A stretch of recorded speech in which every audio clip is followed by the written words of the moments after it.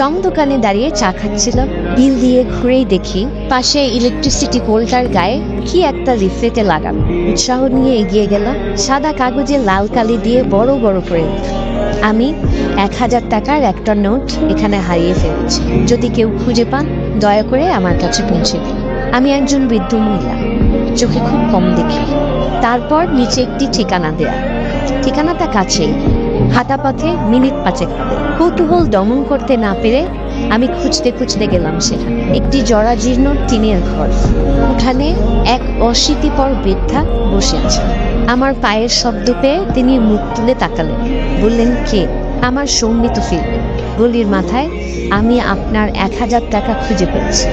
আমার কথা শুনে তিনি হাউমাউ করে কাঁদতে লাগলেন। একটু পর কিছুটা ধাতস্থ হয়ে বললেন, বাবা, এ পর্যন্ত অন্তত 10 থেকে 12 জন আমার কাছে এসেছে আর 1000 টাকা করে দিয়ে বলেছে তারা নাকি রাস্তায় আমার টাকা খুঁজে পেয়েছে। আমার কোনো টাকা হারাই, ওই লেখাগুলো আমার না। আমি খুব একটা পড়ালেখাও জানি না। আমি নিচু হয়ে ওনার হাত ধরে বললাম, যাই হোক, সন্তান মনে করে আপনি টাকাটা রেখে দিন।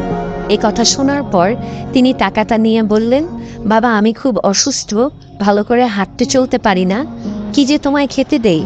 এই বলে তিনি অনেক কষ্টে লাঠি ভর দিয়ে বারান্দায় উঠলেন। আমার মনে হলো তিনি এক্ষুনি পড়ে যাবেন। আমি তাকে সাহায্য করার জন্য এগিয়ে গেলাম। তিনি কাঁপা কাঁপা হাতে বাটিতে গুড়মুড়ি ঢালতে ঢালতে বললেন, তুমি আমার অতিথি, তুমি বসো।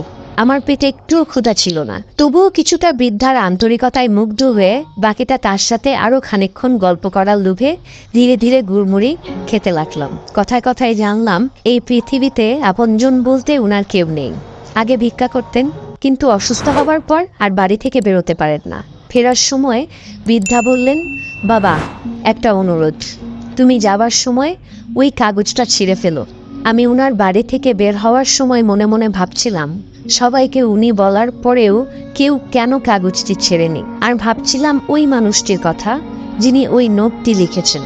সহায় সম্বলহীন অসুস্থ বৃদ্ধ মানুষটাকে সাহায্য করার জন্য, এত সুন্দর উপায় বের করার জন্য আমি তাকে মনে মনে ধন্যবাদ দিলাম। হঠাৎ ভাবনায় ছেদ পড়ল একজনের কথায়। এই যে শুনছেন, 40 ঊর্ধ্ব এক ভদ্রমহিলা আমার দিকে এগিয়ে এসে বললেন, এই ঠিকানাটা কোথায় বলতে পারেন? একটু আগে আমি রাস্তায় 1000 টাকার নোট পেয়েছি, এটা আমি ফেরত দিতে চাই। ঠিকানা দেখিয়ে সামনে এগোলাম। কখন জানি আমার চোখ দুটো ভিজে উঠছে ঠিকই।